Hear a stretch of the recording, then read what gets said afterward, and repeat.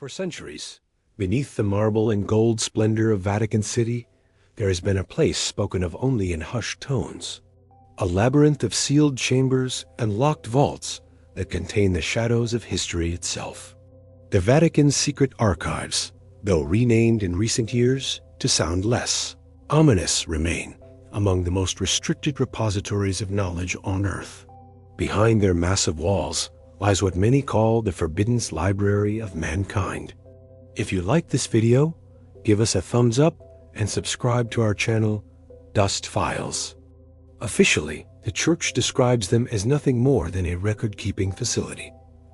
Papal letters, state documents, and centuries of administrative files. But legend whispers something else, that they hold manuscripts no mortal eyes were ever meant to see, prophecies too dangerous to speak aloud, and books whose very words were believed to shake the foundations of faith and power. The name secret was never accidental. For the Church, secrecy has always been both shield and weapon. To understand the Vault of Silence, we must first trace the roots of its existence. Since the earliest days of Christianity, the Church feared knowledge as much as it revered it. Ancient prophecies circulated through Rome, many contradicting the authority of the papacy. Apocryphal Gospels told stories of Christ not found in the official Bible. Pagan scrolls described rituals and sciences the Church deemed heretical. Each text was a spark capable of igniting doubt, rebellion, or worse, awakening forbidden truths. And so, the Church gathered them, not to preserve them openly, but to lock them away. By the Middle Ages, popes had become more than spiritual leaders. They were kings, generals, and diplomats in equal measure. Knowledge was currency, and the Vatican accumulated it with the precision of an empire. Every letter from monarchs, every decree, every secret treaty was funneled into the archives. But alongside these state papers, whispers claimed something else was hidden. Grimoires of forgotten magic, ancient prophecies about the end of days, and records of unearthly visitations that could not be explained within the doctrine of faith. In the 16th century, Pope Paul V officially established the Archivum Secretum Apostolicum Vaticanum, sealing access to all but the most trusted clergy. For nearly 400 years, no outsider was allowed entry. Even today, scholars may view only fragments, carefully selected under Vatican supervision. The rest remains locked in darkness, guarded by silence and suspicion. The atmosphere of secrecy itself created legends. Historians spoke of missing gospels, such as the Gospel of Mary Magdalene, that suggested truths deliberately suppressed. Others claimed that prophetic writings, foretelling not only the collapse of empires, but even the decline of the Church itself, were hidden within those shelves. The mere idea was enough to stir fear. What could be so dangerous that the most powerful religious institution in the world would rather conceal it than confront it? The Vatican's obsession with prophecy is particularly telling. Throughout history, prophecy has been both a guiding light and a destabilizing force. Kings rose and fell on the belief in visions and omens. A prophecy, if believed, could topple a throne without a single sword drawn. The Church knew this well. Any prophecy that contradicted papal authority was a threat not just to doctrine, but to survival. By controlling access, by burying words under lock and key, the Vatican controlled the narrative of destiny itself. And yet, despite this veil, fragments of truth escaped. Whispers of prophecies about a black pope, about the Church consumed by its own corruption, about the final fall of Rome. These stories circulated in shadows, fueling suspicion that the greatest secret of all is not the content of the archives, but the reason they must remain hidden. Consider the atmosphere within these vaults. For centuries, scribes copied texts by candlelight, each stroke of ink preserving both divine revelation and dangerous heresy. Documents were bound in leather, sealed with wax, stacked upon shelves that stretched deeper than imagination. Yet silence reigned. Only the chosen few could walk those halls, their footsteps echoing over secrets denied to the rest of humanity. The archives became not just a storage place, but a fortress of silence, a vault of time itself. It is said that inside are letters from Michelangelo, Galileo, and Martin Luther, accounts of trials, excommunications, and moments where faith collided with science. But it is the lost books, the ones we are not told about, that cast the longest shadows. Prophetic manuscripts that might reveal how much the Church already knew about humanity's path, and why it feared letting us see it. The Vault of Silence is not merely a room of documents. It is a monument to control. By deciding what could be read and what must be hidden, the Church shaped the memory of the world. Entire generations grew up believing only in what survived outside the archives, while forbidden texts gathered dust in darkness. To ask why they are hidden is to confront a larger truth, that sometimes the most dangerous thing in the world is not ignorance, but knowledge itself. And so, we begin our journey here, at the threshold of the Forbidden's Library, a place where history and myth intertwine, where the power of words is so great that even popes trembled before them. What lies beyond those locked doors? Prophecies erased from Scripture? Ancient sciences condemned as witchcraft? Or perhaps truths so vast they could unravel not just the Church, but the very story of humanity? For now, the vault remains sealed, yet even in silence, it speaks.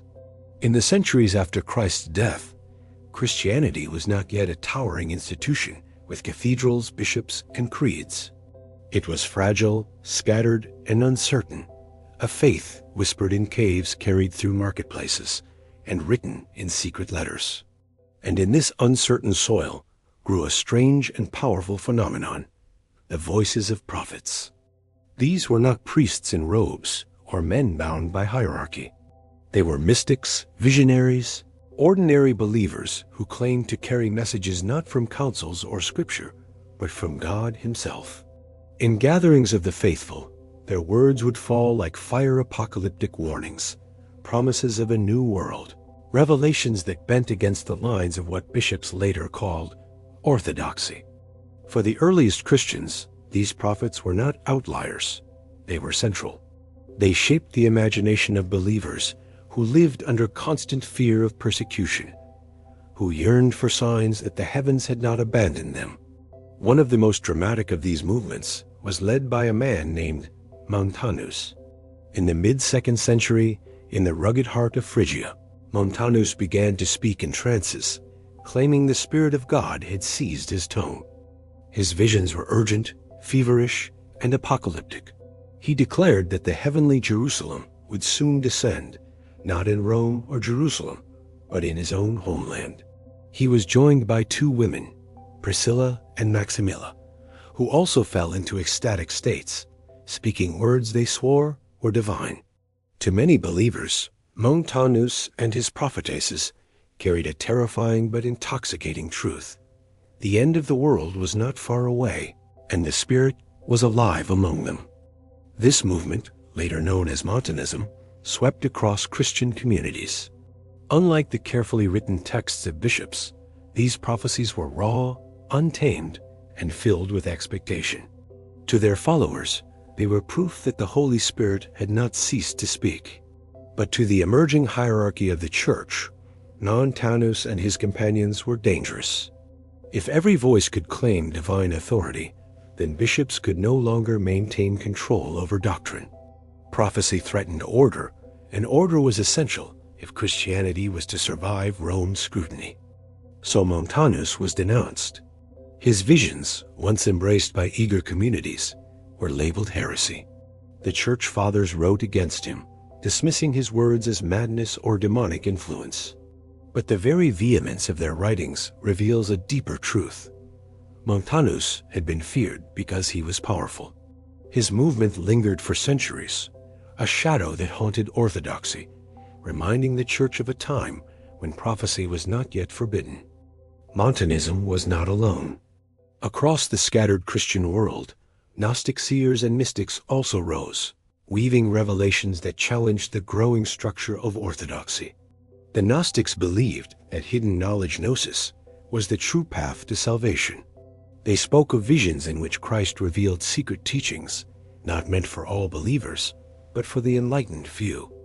These prophets wrote gospels that carried staggering ideas, that the world itself was a flawed creation, that salvation meant escaping the prison of matter, that even the nature of Christ was far more mysterious than the bishops would allow.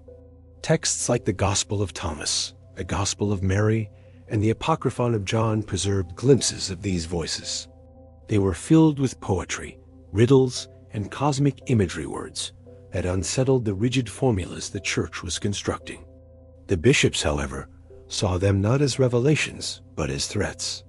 To preserve unity, these writings were condemned, banned, and in many cases destroyed. Only fragments survived, hidden in deserts and caves, waiting centuries to be rediscovered. But even within the accepted Church, prophecy refused to die quietly. Early Christians still recorded visions and dreams, often from women who had no formal role in authority, yet claimed to speak for God. Their words were circulated in private letters, whispered in communities, and feared by those in power. The prophetic voice was always close to rebellion.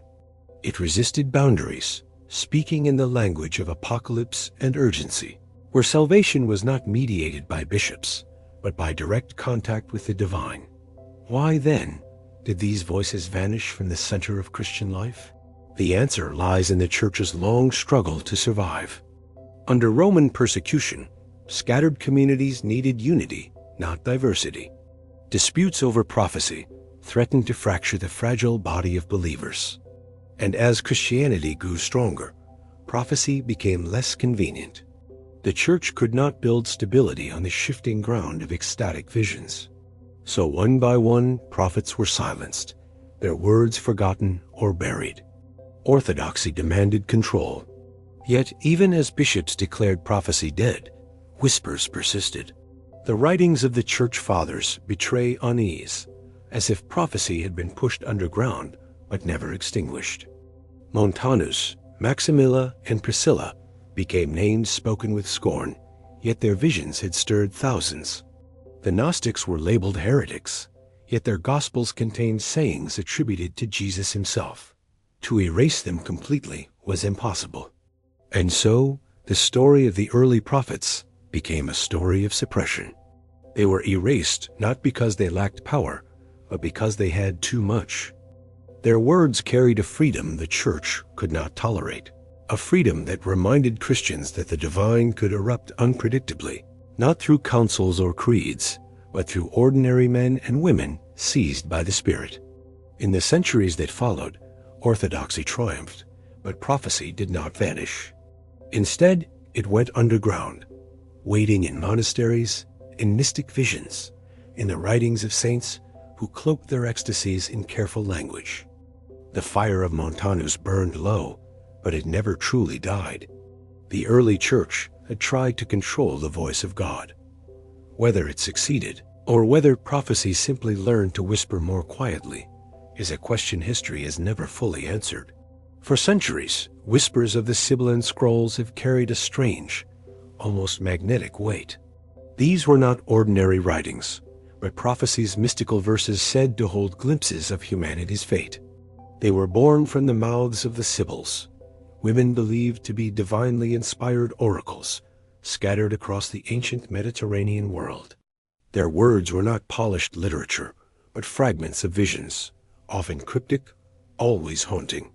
And yet, despite their obscurity, the Sibylline texts shaped the destiny of empires. Rome guarded them with a secrecy bordering on obsession. Stored in the temple of Jupiter Capitolinus, the scrolls were consulted only in moments of deep crisis, famine, invasion, or rebellion. The Senate would dispatch its guardians, known as the Quindecimviri Sacrisfaciendis, to pore over the oracles, searching for instructions to save the Republic or later, the Empire from collapse. These were not hopeful texts. They were stern, foreboding commands: sacrifice black sheep, build new temples, conduct rituals to appease gods barely remembered. And Rome obeyed every time, out of fear of divine punishment. But what exactly did these prophecies say? That is where the shadows close in.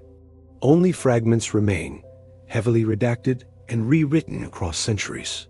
Scholars suspect that Rome deliberately obscured them, allowing only what was politically convenient to surface. In fact, the most famous origin story of the Sibylline Scrolls reveals how tightly power and prophecy were bound together.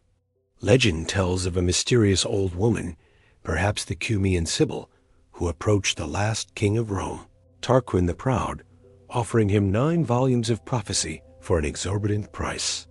Tarquin laughed and refused. The woman calmly burned 3 volumes and offered the remaining 6 for the same price. Again, he refused. She burned 3 more, leaving only 3. Suddenly shaken, Tarquin purchased the final set, realizing he had underestimated their value. From that moment, the scrolls became sacred, locked away in Rome's most secure temple. But the tale is more than a legend. It's a metaphor. Prophecy could not be bargained with. Knowledge of the future came at a cost, and often it was the cost of truth itself. When Christianity rose, the Sibylline Scrolls posed a peculiar problem. Many verses seemed eerily aligned with Christian prophecy. Predictions of a savior, visions of apocalyptic fire, and the fall of great empires. Early Christian leaders seized on these lines, claiming the Sibyls had unknowingly foretold the coming of Christ. The Church recited fragments of Sibylline prophecy as if they were divine confirmation, an ancient chorus echoing the Gospels. But the same Church also suppressed other verses, ones that hinted at something more unsettling. Warnings of cycles of corruption, endless empire rising and falling, and a darkness that no single savior could erase. By the Middle Ages, the scrolls were almost unrecognizable. The Vatican and its scholars kept what was useful, discarding or editing the rest. Some say entire volumes were quietly destroyed, too dangerous for the faithful to read. Others believe they were hidden in vaults beneath the Vatican library, sealed away with countless other forbidden manuscripts. If true, then somewhere in Rome, the unfiltered Sibylline words still exist, prophecies too disturbing to release, because they may predict not salvation, but annihilation. Even in their fragmented state, the surviving Sibylline verses remain unnerving. They describe plagues that sound eerily modern, floods and fires that resemble climate catastrophe, and a collapse of human order under the weight of its own arrogance. To read them is to feel an echo from the past pressing against the present. Were they true visions, or merely projections of ancient fear? Or worse, were they glimpses of a cycle humanity has always been trapped in, endlessly repeating, no matter how advanced we think we've become? Rome used the Sibylline Scrolls to control fate, or at least to convince itself that fate could be managed. The Church reshaped them to fit its doctrine, burying what did not serve the narrative. And yet, across time, they keep resurfacing small pieces of forbidden knowledge, reminding us that prophecy is never truly silenced. The Sibyls spoke in riddles, but the riddles were never meant to comfort. They warned of fragile empires, of arrogance punished, of the thin veil between order and chaos. Perhaps that is why the scrolls still disturb us, because hidden inside their verses is the possibility that the greatest prophecy is not about gods or saviors at all, but about the repeating flaws of humanity itself. The story of Scripture is not only about what was preserved, but also about what was deliberately set aside. Buried in the shadows of history are texts once revered, then silenced, their voices echoing faintly through fragments and whispers. Among these, 2 stand out: the lost writings of Daniel and the forbidden visions of Enoch. The book of Daniel, as we know, it is already filled with imagery of beasts, empires, and the end of days. Yet early Jewish and Christian communities spoke of other prophecies attributed to Daniel texts that expanded on his visions of kingdoms rising and falling, of an ultimate cosmic struggle that would shape the destiny of humanity.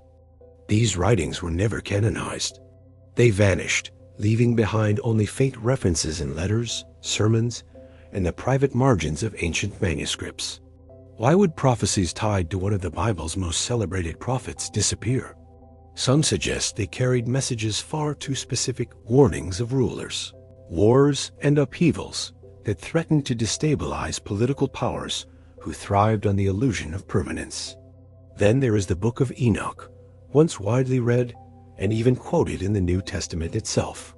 The so-called Book of Watchers describes angels who descended from heaven, beings of immense power who intermingled with humanity, teaching forbidden knowledge secrets of the stars, weapons, enchantments. These fallen watchers gave birth to the Nephilim, giants who filled the earth with violence, and it was because of them, the text claims, that the Great Flood was unleashed. For centuries, this book was revered among Jewish sects. Early Christians read it with awe, yet by the 4th century, it was banned, erased from the Western canon. Only fragments survived in obscure languages, hidden in desert caves, until its rediscovery in the highlands of Ethiopia centuries later. Why such suppression? Perhaps because Enoch does not present a sanitized vision of heaven. It portrays a celestial court in conflict, angels cast as rebels, the heavens themselves torn by insubordination. It reveals knowledge meant only for the divine, given to humanity too soon. To allow these texts into the canon would have meant acknowledging a God who was not in total control, a heaven that could fracture, and a human destiny shaped not only by obedience, but by forbidden knowledge received from beings who defied the divine order. And yet, despite efforts to erase them, the influence of these books endured. Enoch shaped the language of Apocalypse. It seeped into the imagination of the Essenes, into the symbolism of Revelation, into countless mystical traditions that whispered of cosmic battles and divine watchers. Daniel's missing prophecies continued to haunt theologians who insisted that fragments of truth might still be out there, buried in the sands of Mesopotamia or locked within the Vatican's archives. Even now, some scholars argue that the Dead Sea Scrolls, with their cryptic fragments of unknown texts, may contain echoes of those lost writings. What makes these books so unsettling is not only what they describe, but the sense of intentional silence around them. Someone somewhere decided that humanity was not meant to read them, that our collective imagination should be shaped by certain stories, while others were buried. Yet the very act of suppression has given them power. For texts erased are often the ones most longed for, the ones that force us to ask what truths were considered too dangerous to tell. In the lost prophecies of Daniel, we see the shadow of a future, perhaps more precise than comfortable. In the visions of Enoch, we confront a universe alive with forces both divine and rebellious, a cosmos where knowledge itself can be both a gift and a curse. Together, they remind us that what survives in sacred text is not always the whole story. The canon we inherit is not simply revelation, it is also selection, redaction, and control. And so, the question lingers. If even a prophet's words could vanish, and a book once cherished could be condemned, what other voices might still lie hidden? What stories remain sealed, waiting for the moment when humanity is finally ready to face them? The Middle Ages were not merely an era of castles and crusades, but a time when visions pierced the fabric of reality, glimpses into futures both wondrous and terrifying. Among the shadows of monasteries and abbeys, certain individuals rose whose voices carried warnings that many in power sought to silence. These were the medieval visionaries, seers whose prophecies foretold wars, corruption, and the unraveling of institutions thought eternal. Hildegard of Bingen, an abbess and polymath, stands as one of the most enigmatic figures of her age. Her writings, a tapestry of mystical visions, spoke of cosmic battles and the moral decay of the clergy. She described the church as a living body, yet one plagued by sickness from within, where ambition and greed threatened the soul of faith itself. Her revelations were both revered and feared, circulating in secret among the learned, while carefully monitored by church authorities who understood the power of her words to stir doubt or inspire reform. Joachim of Fayari, a Cistercian monk, extended this vision into a structured prophecy of human history. He divided time into 3 ages: the age of the Father, corresponding to the Old Testament; the age of the Son, encompassing the New Testament and the Church as it existed; and the forthcoming age of the Holy Spirit, a time of enlightenment and spiritual freedom that would eclipse the current order. Joachim's work suggested that the rigid hierarchy of Rome was temporary, that the very foundation of authority would eventually crumble.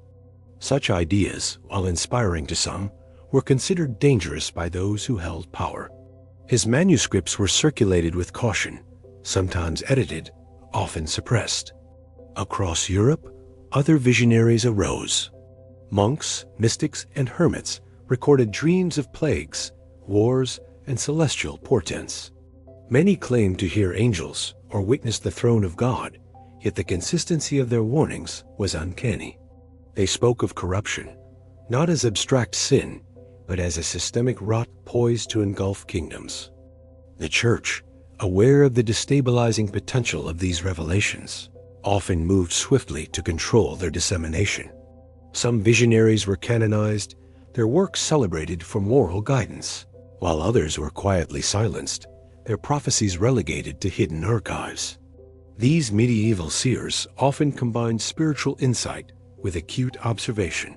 Hildegard's visions, while mystical, reflected social and political realities. The tension between rulers and clergy, the suffering of peasants, and the moral compromises of those in authority. Joachim's chronological framework hinted at revolutions yet to come, both spiritual and worldly, offering a pattern to history that could not be ignored. The suppression of such visions was not merely about controlling doctrine. It was about shaping the future by constraining knowledge of it. The danger these visionaries posed was profound. To reveal the coming failures of the Church, the rise and fall of empires, and the ultimate transformation of human society was to challenge the very legitimacy of those in power. In private, some leaders consulted these texts, seeking insight while publicly dismissing them. Others destroyed manuscripts, ensuring that only fragments survived, scattered across abbeys or hidden in the hands of loyal followers. The surviving writings, meticulously preserved, now hint at truths that once seemed too perilous for public eyes. Yet despite suppression, the influence of these medieval prophecies endured. They shaped reform movements, inspired mystical orders, and even informed later revolutionary thought. The visionaries' warnings about corruption, decay, and renewal resonate across centuries, revealing an unsettling continuity. The cycles of human ambition and failure are neither new nor unexpected. Their writings remind us that power has always feared foresight, and that knowledge, when threatening the established order, is a force as dangerous as any army. The legacy of these medieval seers lies in their courage to speak across time, to document visions that intersected the spiritual and the political. Their manuscripts, whether preserved in illuminated texts or hidden in cryptic marginalia, challenge the narrative of history as linear and controlled. They whisper of ages yet to come, of revolutions of spirit and society, and of truths that the powerful sought to bury. Even now, as scholars decipher their texts and uncover hidden layers of meaning, the echoes of their visions linger. They compel reflection on the fragility of institutions, the persistence of human folly, and the enduring power of foresight. The warnings they recorded, though centuries old, retain an urgency that transcends time. And in the silent corridors of Europe's surviving archives, one can almost sense the restless energy of these medieval voices, still waiting for the world to listen, still daring to predict the transformations that history itself will one day reveal. Among the texts considered for inclusion in the New Testament, one stood apart for its vivid, unflinching depictions of the afterlife. The Apocalypse of Peter, written in the 1st or 2nd century, this work claimed to reveal the ultimate destinies of souls, offering a window into both heaven's splendor and hell's torment. Its influence, though suppressed, would ripple through centuries of Christian art, literature, and thought, leaving traces in depictions of divine judgment, that persist to this day. The Apocalypse of Peter describes in meticulous detail the punishments of sinners and the rewards of the righteous. Unlike canonical texts, it does not shy away from the grotesque, portraying the suffering of the damned with startling clarity. Those guilty of greed, lust, or betrayal are subjected to torments uniquely suited to their transgressions, as if the moral failings of the world are mirrored in eternal consequence. The righteous, conversely, are shown in radiant glory, enjoying a blissful communion with the divine. This duality of extremes, heaven and hell rendered in stark contrast, offered early Christians both warning and hope, a visceral vision of moral order beyond the temporal world. Despite its popularity among certain early communities, the Apocalypse of Peter faced severe opposition from church authorities. Its graphic imagery, coupled with theological deviations, led to its classification as heretical by the 4th century. Church leaders feared that its unrestrained visions of punishment might incite fear rather than faith, and that its unsanctioned teachings about the afterlife could challenge emerging orthodoxy. Yet even as it was excluded from the canon, its motifs seeped into liturgical preaching, hymns, and visual representation, shaping the imagination of believers in subtle, often unacknowledged ways. Scholars suggest that the text's condemnation was as much about control as doctrine. By dictating which visions of the divine were permissible, the Church could regulate not only belief but behavior, reinforcing its authority over moral and spiritual understanding. The Apocalypse of Peter, with its unmediated, intense imagery, resisted such control. Its graphic punishments were not metaphorical abstractions, but vivid experiences, directly engaging the senses and the conscience of readers. In this way, it functioned as a spiritual mirror, reflecting both the aspirations and fears of its audience. The narrative also engages with power structures, particularly the fate of rulers and the corrupt elite. Kings, magistrates, and religious authorities who abused their positions are depicted as accountable to divine law, their earthly dominion powerless against cosmic justice. This subversive element, emphasizing accountability beyond human institutions, may have contributed to the Church's decision to suppress it.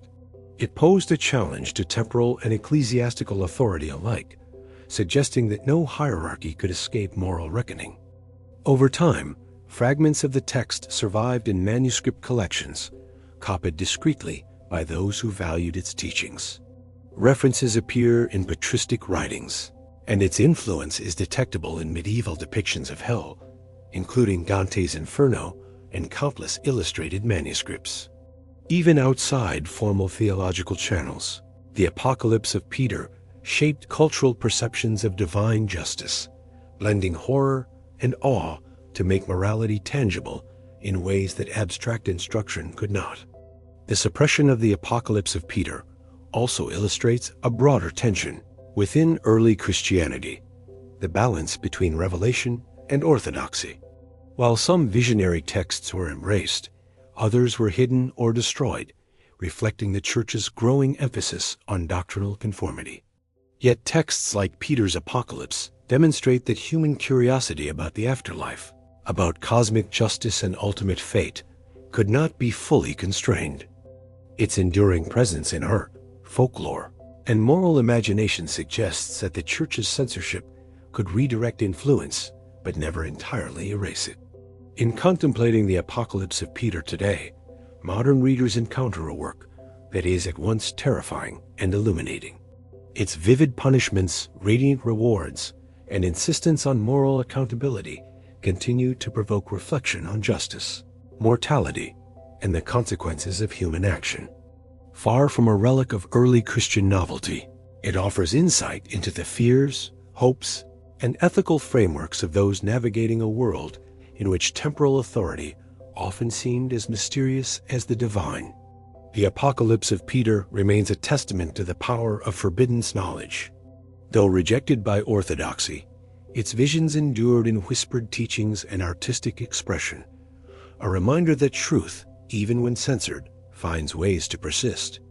The graphic clarity of its afterlife scenes, the daring portrayal of cosmic justice, and the fearless depiction of rulers held accountable speak to a text that once challenged the foundations of authority. It invites reflection on how institutions manage knowledge, how visions of the future shape morality, and how even in concealment, the human imagination can pierce the veil of eternity. The mid-14th century brought a terror unlike any Europe had ever known. The Black Death swept across the continent, leaving death and desolation in its wake, reducing cities to hushed corridors of the living and the dying. In these desperate times, apocalyptic visions multiplied with alarming intensity. Monks, hermits, and wandering mystics penned chronicles that spoke of the end of the world, of a divine reckoning so absolute that nothing would remain untouched by judgment. These prophecies were not idle speculation. The plague seemed to defy explanation, striking rich and poor alike, sparing neither monarch nor peasant. Chroniclers attributed the catastrophe to sin, interpreting every death as evidence of humanity's failings. Some texts blamed rulers who abused their power. Others suggested that the church itself had grown corrupt, inviting divine wrath. In convents and monasteries, scribes feverishly copied visions of doom, while small, hidden libraries accumulated forbidden manuscripts that warned of celestial alignments, monstrous beasts, and the collapse of kingdoms. One widely circulated vision described the heavens opening in fire, rivers of blood running through villages, and angels wielding judgment on a scale beyond comprehension. Another text, known as the Apocalypse of the Hermit, described the souls of the sinful carried into shadowy realms, while the righteous ascended to luminous cities beyond mortal sight. These texts combined both horror and consolation. They served as warnings, moral instructions, and desperate attempts to impose meaning on a world overrun by randomness and death. The Church, increasingly wary of uncontrolled prophecy, sought to suppress these works. Texts were burned, monks were censured, and visions deemed too extreme were locked away in secret repositories. Authorities feared that uncontrolled apocalyptic literature could destabilize faith, incite panic, or challenge the hierarchy itself. Yet even in suppression, these prophecies spread, carried by oral tradition and clandestine copying. In times of plague, the boundary between divine revelation and popular superstition blurred, creating a corpus of forbidden knowledge that haunted Europe for centuries. The surge of apocalyptic literature during the Black Death illustrates a profound human response to crisis. When society's structures failed to protect the living, when mortality was stark and omnipresent, the imagination turned toward ultimate justice and cosmic order. Prophecy became a tool not only for understanding catastrophe, but for asserting moral accountability. Kings, clergy, and commoners alike were subjects of divine scrutiny, their actions recorded and judged in the visions of seers who dared to confront mortality in its rawest form. These texts also reveal an enduring tension between fear and hope. While the images of doom were vivid, many included visions of renewal, a purified world, the emergence of virtuous rulers, or the triumph of faith over chaos. In this way, apocalyptic writings functioned as both cautionary tale and spiritual solace, offering a framework to comprehend catastrophe while emphasizing human responsibility and divine justice. Despite the Church's efforts to contain them, these prophecies endured, influencing later literature and esoteric traditions. They informed the apocalyptic art of the Renaissance, inspired allegorical dramas, and shaped early modern interpretations of celestial phenomena and natural disasters. Even in secrecy, the stories of suffering, judgment, and hope resonated across generations, demonstrating that attempts to suppress human fascination with the end of days could never fully succeed. The Black Death's prophecies also underscore the broader pattern of how crises intensify interest in hidden knowledge. When the familiar order collapses, attention turns to the unseen and the forbidden, to manuscripts that promise insight into forces beyond human control. Locked away in the archives or destroyed in fires, These texts became legendary in their absence, amplifying curiosity and reverence for what they contained. The enduring legacy of these apocalyptic writings is not limited to historical scholarship. They reflect the timeless human struggle to find meaning amid catastrophe, to reconcile suffering with morality, and to envision justice when the world seems indiscriminately cruel. Their suppression, and the whispers that survived, remind us of the delicate balance between knowledge and power, revelation and authority. Even centuries later, the haunting imagery of the Black Death's prophecies continues to captivate the imagination, a spectral testimony to humanity's fascination with the end of things, and the hidden truths that institutions once feared might destabilize faith itself. In examining these visions today, one cannot ignore the haunting precision with which they mirror societal anxieties. The apocalyptic narratives of the Black Death are more than historical curiosities. They are reflections of human response to mortality, chaos, and injustice. Though many were censored or destroyed, their echoes persist, suggesting that even in times of absolute control, the human desire to glimpse the forbiddens and the prophetic remains unstoppable. And in these silent, locked-away pages, the question endures: how close was humanity to seeing the end of its own world? And how much of that forbidden's knowledge remains just beyond reach, waiting to be discovered? In the quiet fields of Fatima, Portugal, during the tumultuous year of 1917, 3 children reported visions that would reverberate across the world and stir the anxieties of one of the most powerful institutions in history. Lucia, Jacinta, and Francisco spoke of a radiant figure cloaked in light, delivering messages that seemed to transcend time, touching on humanity's future in ways that would challenge both faith and authority. These visions, later known as the Fatima apparitions, would become synonymous with prophecy and secrecy, intertwining divine warning with institutional caution. The children's accounts were strikingly detailed. The figures spoke of wars yet to come, of suffering borne by nations, and of a path to salvation that required penance and devotion. But beyond these early warnings lay the most enigmatic element of the Fatima narrative, the so-called third secret. While the first 2 secrets were revealed relatively quickly, visions of hell and predictions of a second world war, the third remained shrouded in silence, withheld by the Vatican for decades. Speculation grew, ranging from apocalyptic imagery to direct warnings about the Church itself, fueling intrigue, fear, and scholarly obsession. Church authorities were careful to maintain control over the narrative. The letters and testimonies of the children were meticulously preserved, yet access to the third secret was tightly restricted. Scholars and theologians debated its contents in whispers, piecing together fragments of the narrative from letters, diaries, and secondary accounts. Some believed it foretold a global catastrophe. Others suggested it contained warnings of moral decay within the highest echelons of the Church. Regardless of interpretation, the secrecy surrounding the prophecy magnified its mystique, turning it into a symbol of forbidden knowledge withheld from the faithful. When the Vatican finally released the third secret in the early 2000s, the revelation was couched in caution, describing visions of suffering, martyrdom, and the attempted assassination of a religious leader. Yet many continued to question whether the full truth had been revealed, suspecting that layers of interpretation had obscured the original warning. The Fatima prophecies illustrate the delicate tension between divine revelation and institutional authority, and how the fear of knowledge can shape not only what is revealed, but how it is received. The enduring fascination with Fatima lies in its combination of innocence and cosmic significance. 3 children in a small rural town conveyed visions that transcended geography and politics, influencing global perception and religious discourse.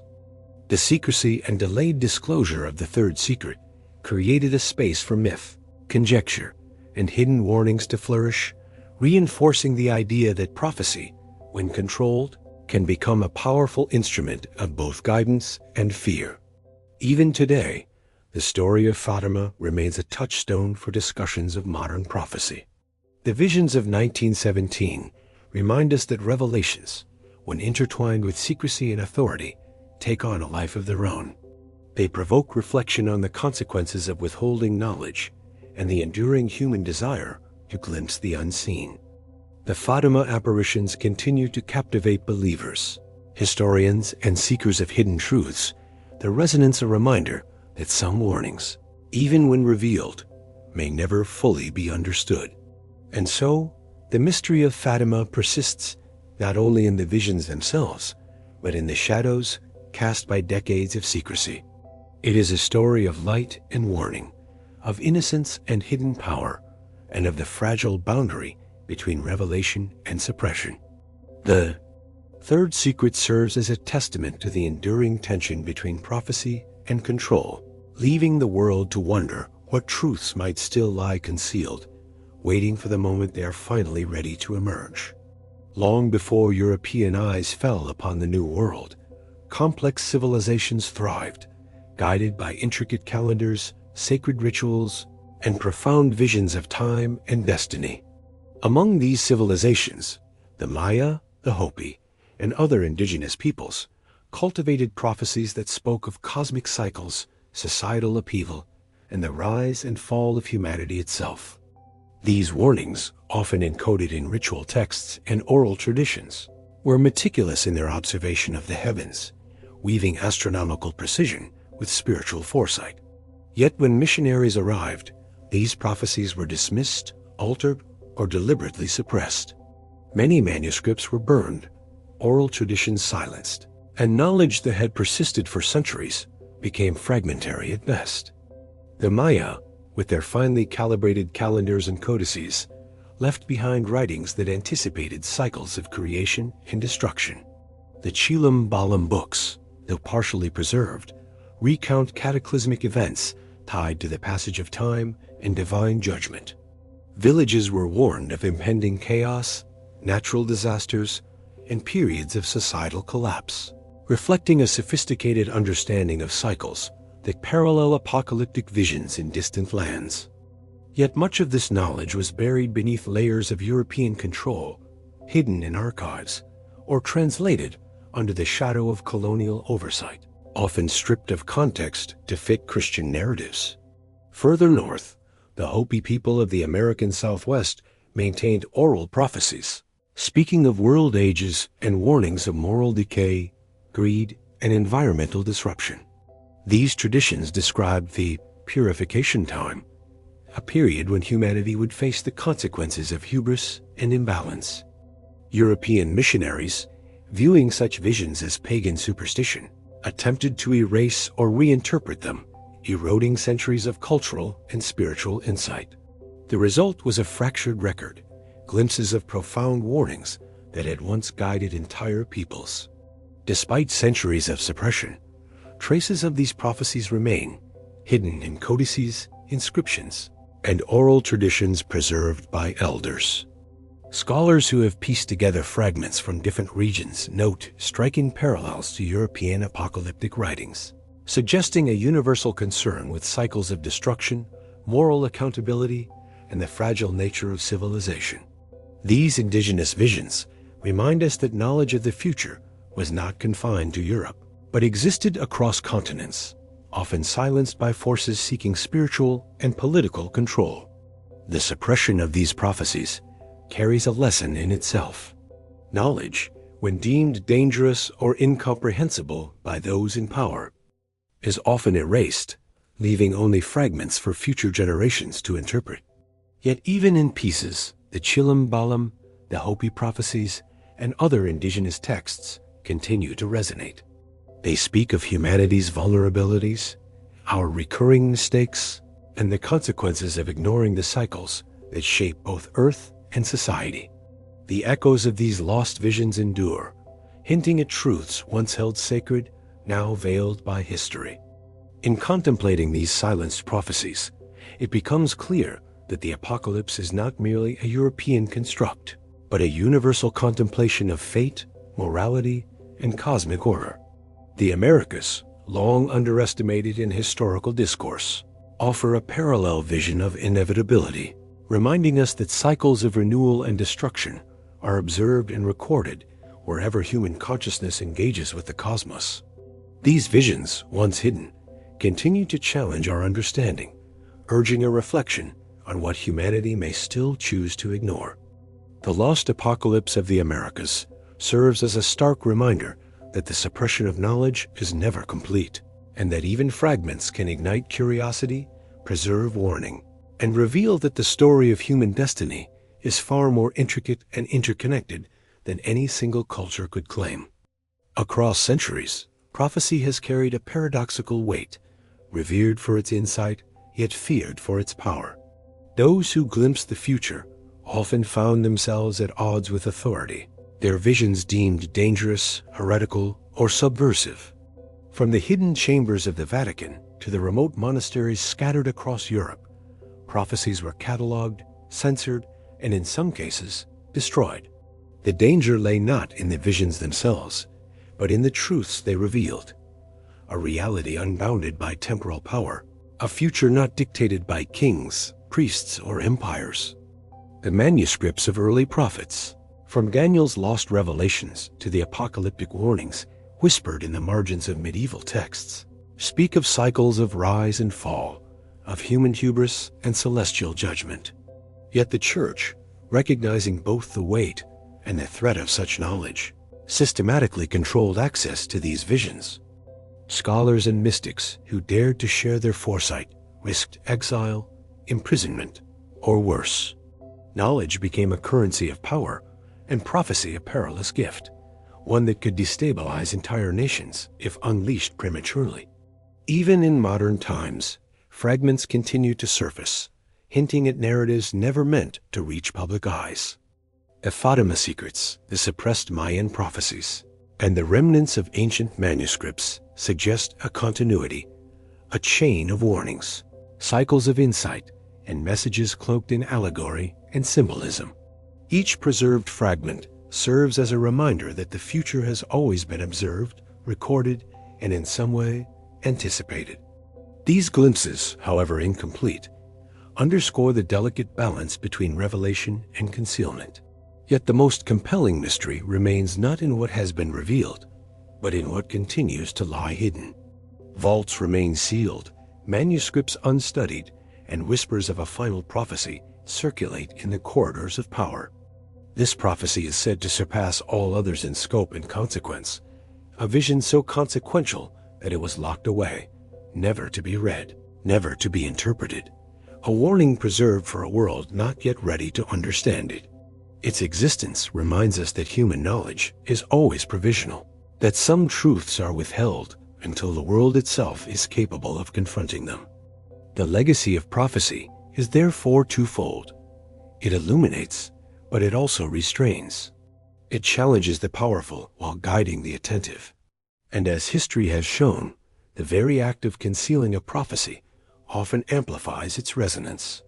Across continents and centuries, messages encoded in texts, oral traditions, and sacred scrolls whisper of destinies yet to unfold, urging caution, reflection, and respect for forces larger than ourselves. In considering the final, unrevealed prophecy, one is struck by the intersection of fear and wisdom. Perhaps it is precisely because humanity is unprepared that it remains hidden. Perhaps the most dangerous truths are those that confront our assumptions, destabilize our institutions, and demand profound change. The manuscripts, locked in vaults and cloisters, are silent for now, yet their silence is not emptiness. It is a quiet, persistent signal. That destiny, though observed, is never fully accessible, and that knowledge, in its most potent form, is both illumination and restraint. The prophecy yet to come is more than a document or a warning. It is the culmination of centuries of foresight, observation, and human imagination.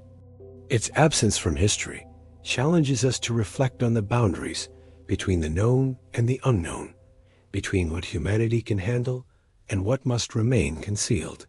While previous prophecies have shaped events in subtle, indirect ways, this final vision, if it were ever revealed, might demand a reckoning unlike any before.